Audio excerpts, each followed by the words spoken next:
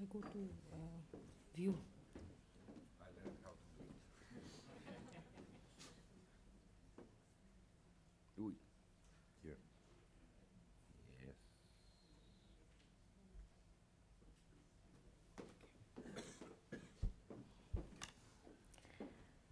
Good afternoon, everybody. I would like to begin my presentation by placing the issue of the agreement that has been negotiated recently in the context of TRIPS. The TRIPS agreement that was negotiated in 1995 and implemented, so to say, arrived at in 1995, involved certain gives and takes from developing countries. It involved gives and takes in the sense that the very big give was that it set minimum standards on substantive provisions. Another important aspect of the TRIPS agreement was that it provided for an enforcement mechanism. Now, this was a big give because till then, developing countries did not have the kind of standards and the kind of mechanisms that were envisaged in TRIPS.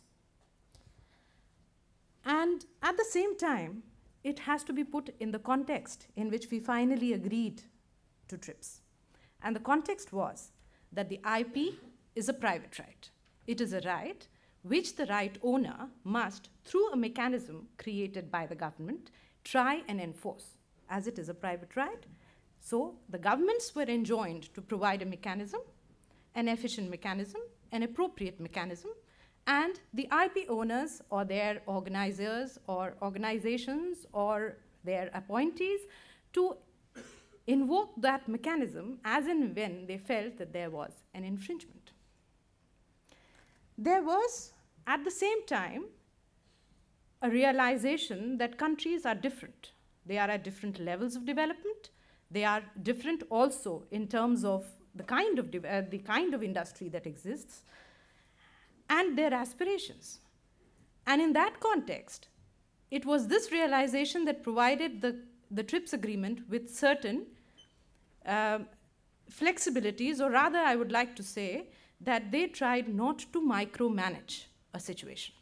Because internationally, to micromanage a situation where countries are heterogeneous is absolutely inefficient.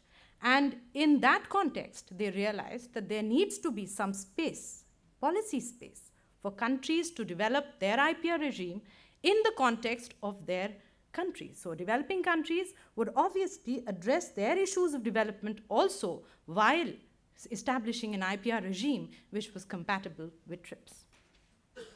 A very important component of the TRIPS agreement and something that we hold very close to our heart is Article 7, which says that while we protect IP and there is enforcement of IP, there should be technology dissemination, that public health concerns should be adequately addressed, and in no way should IP be an impediment to access to genuine medicines.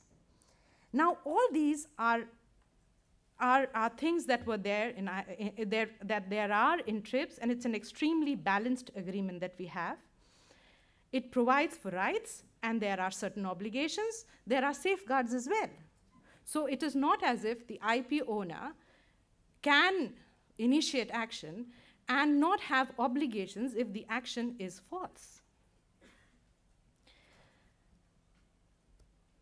Let us now look at what is now being brought upon in the form of ACTA. Of course, I must mention that, and there is actually no requirement to mention that, is the fact that that TRIPS itself was a multilateral process. It was a long, arduous process where stakeholders, countries were involved for a long process, came to an agreement which, by and large, everybody agrees was a balanced one.